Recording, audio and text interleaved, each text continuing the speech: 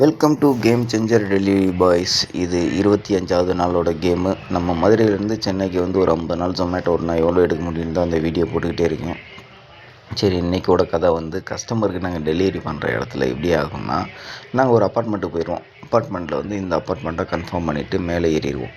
மேலே ஏறுறதுக்கு முன்னாடியே சொல்லிடுவோம், சார் இந்த மேலே வந்துக்கிருக்கேன் சார், கொஞ்சம் டோருக்கு மட்டும் வெளியே நில்லுங்க, வந்து நான் கொடுக்குறேன் சார்ன்டுவேன். அது ஏன்னா எங்களுக்கு கால் பண்ணும்போது கஸ்டமர் கேரில் போய் கனெக்ட் ஆகிட்டு தான் அப்படி ஆகும். அதுக்கு 2-3 நிமிஷம் ஆகும். அதனால தான் நாங்கள் முன்னாடி இன்ஃபார்ம் பண்ணோம். ஆனால் கஸ்டமர் அங்கே போய் லொக்கேஷனில் போய் நின்று டோர் கிட்டத்தில் ரெண்டாக டோர் நம்பரும் இருக்காது.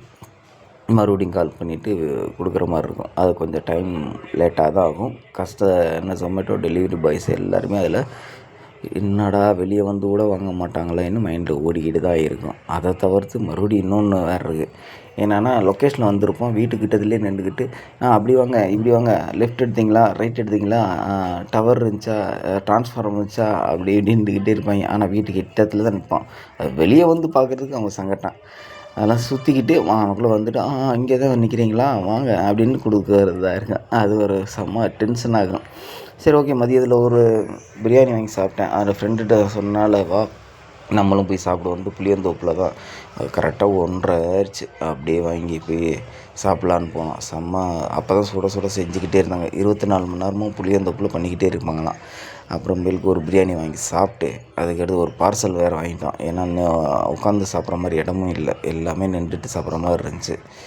உட்காந்து சாப்பிட்ற மாதிரி சின்ன சின்ன இதில் இடம் தான் இருந்துச்சு, மற்றபடி நின்று சாப்பிட்ற மாதிரி தான் இருந்துச்சு. சரி, ஒன்று சாப்பிட்டா இப்போ ஒன்று பார்சல் வாங்கிட்டு அப்படியே கிளம்பியாச்சு. அன்றைக்கோட ஏர்னிங்ஸ்னு பார்த்தாவே 2094 ரூபாய்க்கு ஓட்டியிருக்கேன். 29 ஆர்டரு. அதில் வந்து இன்சென்டிவ் வந்து 450 ரூபா தான் இருந்துச்சு. ஏன்னா ஆர்டர் ரொம்ப ரொம்ப கம்மியாகவே போட்டுக்கிட்டே இருந்தான். சரி, ஓகேன்ட்டு அந்த ஆர்டர் முடிச்சுட்டு அன்றைக்குரிய ஆன்லைன் டிப்ஸ்ன்னு பார்த்தோம்னா 20 ரூபாயும் ப்ளஸ் ஆஃப்லைன் 40 ரூபா இருந்துச்சு. 2154 ரூபாய்க்கு ஓட்டியிருந்தோம். எக்ஸ்பென்ஸு 560 ரூபா. அது போக நம்ம கை கிடச்சி 1594 ரூபா கிடச்சிச்சு. Okay, time is gold. டயத்தை பயனுள்ளதாக யூஸ் பண்ணுவோம். முடிஞ்சால் சப்ஸ்கிரைப் பண்ணி விட்ருங்க நண்பர்களே.